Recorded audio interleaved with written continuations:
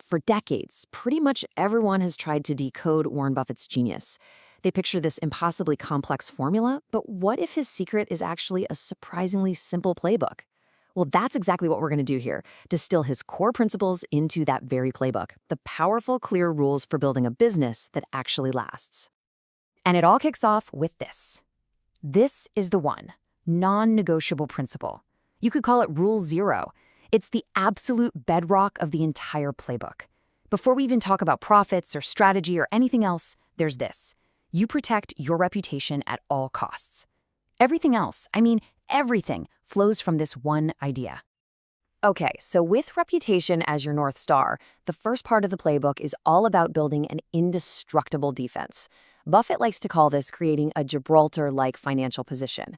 The whole point is to make your business so solid, so secure, that it can pretty much withstand any storm the world throws at it. So how do you do that? How do you get that Gibraltar-like strength? Well, the key concept here is what he famously calls the economic moat. The best way to picture it is to think of your business as a castle. In capitalism, you've got competitors constantly trying to breach your walls and take your kingdom. A moat is that durable structural advantage that keeps them out, not just for a month or a year, but for decades. And look, this isn't some abstract academic theory. We're talking about real-world stuff. For a company like Geico, that moat is being the absolute low-cost provider. It's just brutally efficient.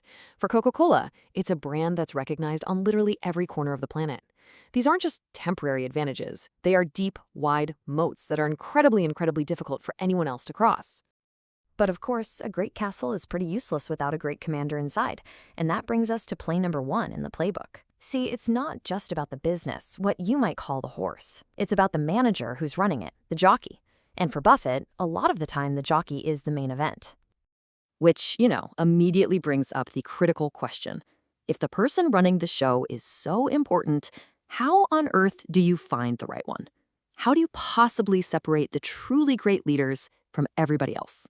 Well, here's Buffett's answer. It's a simple but really profound test. He looks for genuine passion. Does the manager have this deep, almost obsessive love for the business itself? Look, wanting to get rich is fine. He gets that, but it can't be the main driver. The love for the game itself has to come first. To really get what that kind of passion looks like in the real world, let's talk about a number. 500. As in $500. This tiny amount of money was the seed capital for one of Buffett's all-time favorite stories, and it's the perfect case study for betting on the right jockey. This is Rose Blumkin, or Mrs. B as everyone called her. She escaped from Russia, landed in America, couldn't read or write English, and in 1937 she started the Nebraska Furniture Mart with that $500. She worked 7 days a week until she was 103 years old. She wasn't driven by stock options or some grand exit strategy. She was fueled by pure, unadulterated passion for selling good furniture at a fair price. That's it. And this story, it just brilliantly illustrates the kind of passion that Buffett calls occupational fervor. It's when your work is so ingrained in who you are that it becomes the lens you see the entire world through. When the Pope is just another potential customer for a suit, you know you found the right jockey. Okay, so you've got a strong moat, and you found a passionate manager. The next play in the book is a little counterintuitive. It's not about making brilliant, complicated, genius-level moves. It's about consistently avoiding simple, stupid mistakes. The whole playbook is about stepping over 1-foot hurdles, not trying to clear 7-footers. It's about sticking to easy, obvious problems in simple businesses that you can actually understand. As Buffett likes to say, you don't get extra points for difficulty, so why on earth would you take the risk? This quote just says it all, doesn't it? So many executives want to be the hero, the dragon slayer who goes out and conquers some incredibly difficult industry. Buffett's strategy has been way more profitable. Just walk around the dragons. Avoid the big, messy, complicated problems in the first place. And speaking of dragons, one of the biggest ones to avoid is something Buffett calls the institutional imperative.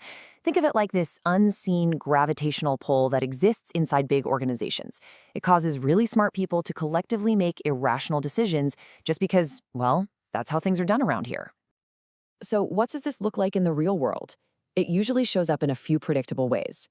First, an organization will resist any real change to what it's already doing.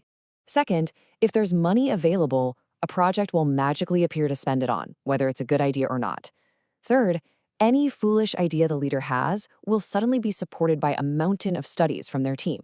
And finally, companies will mindlessly copy what their competitors are doing, even if it makes no sense. And if you want a perfect, simple example of the psychology behind this, just think about this story about an executive's haircuts. It is really easy to be generous with other people's money, right? Whether you're getting free weekly haircuts or approving some billion-dollar merger that makes no sense. The institutional imperative thrives when personal accountability is low. Okay, so all of this, it all leads to the final overarching rule of the playbook. And it's not really a single action, it's more of a mindset that ties everything else together. Building a moat, finding great managers, avoiding stupidity, they're all just tactics that serve one grand strategy: playing the long game. Buffett loves to use this brilliant analogy from the baseball legend Ted Williams. Williams knew his secret was simple. He only had to swing at pitches that were in his sweet spot. Well, in business and investing, the game is even better. There are no called strikes. You can stand at the plate for as long as you want and just wait and wait for that one perfect, easy pitch to come right down the middle. So how do we actually apply this in our own lives? Buffett has this great thought experiment.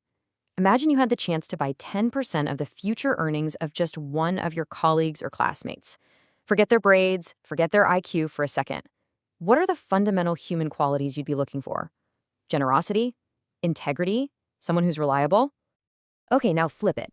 Who's the person you would bet against? The person you would short? You'd probably look for someone who is egotistical, who cuts corners, someone who's greedy or dishonest, right? Those are the traits that absolutely destroy long-term value, whether it's in a person or in a company. And here's the final crucial point. The qualities you admire, things like honesty and discipline, those are all choices. They are habits that you can decide to build. And the negative traits, those are just habits you can decide to break. You aren't born with them. The entire playbook really comes down to this simple idea. You own 100% of yourself. So the ultimate question is, who are you choosing to be? And who would you bet on?